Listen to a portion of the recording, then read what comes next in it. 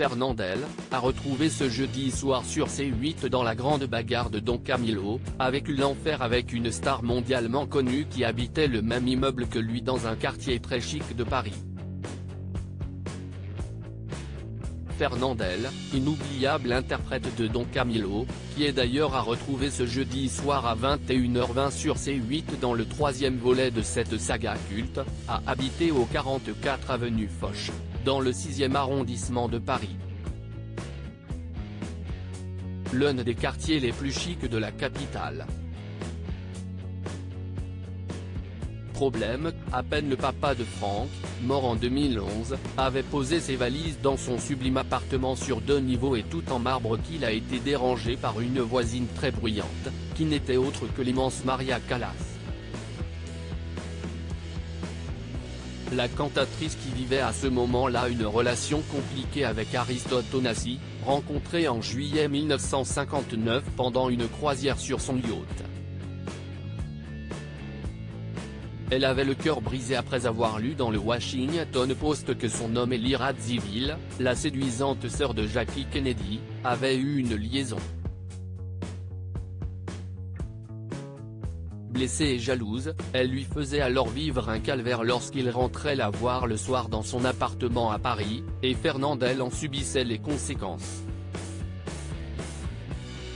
Il était réveillé au beau milieu de la nuit par des cris, des injures et les objets que se lançaient à la figure les deux amants qui avaient tous les deux le sang chaud, comme beaucoup de Grecs, expliquait Eve Ruggieri sur Radio Classique.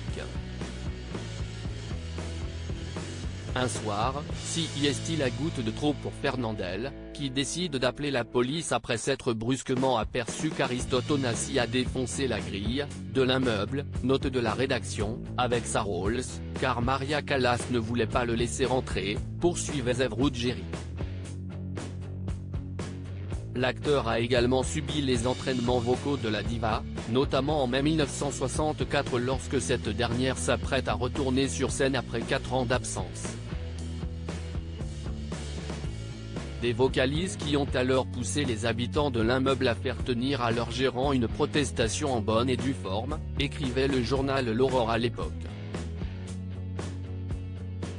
Une plainte à laquelle a donc bien entendu également participé Fernandel mais qui n'a rien donné.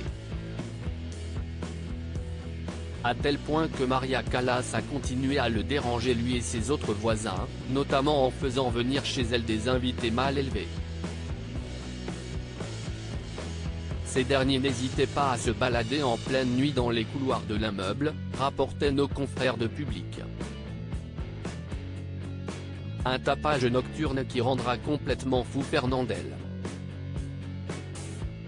Elle commence à me taper sur les nerfs, déclara-t-il un soir, lui qui décédera finalement en 1970 d'un cancer dont il n'était même pas au courant. Sa famille avait choisi de lui cacher la vérité jusqu'à son dernier souffle.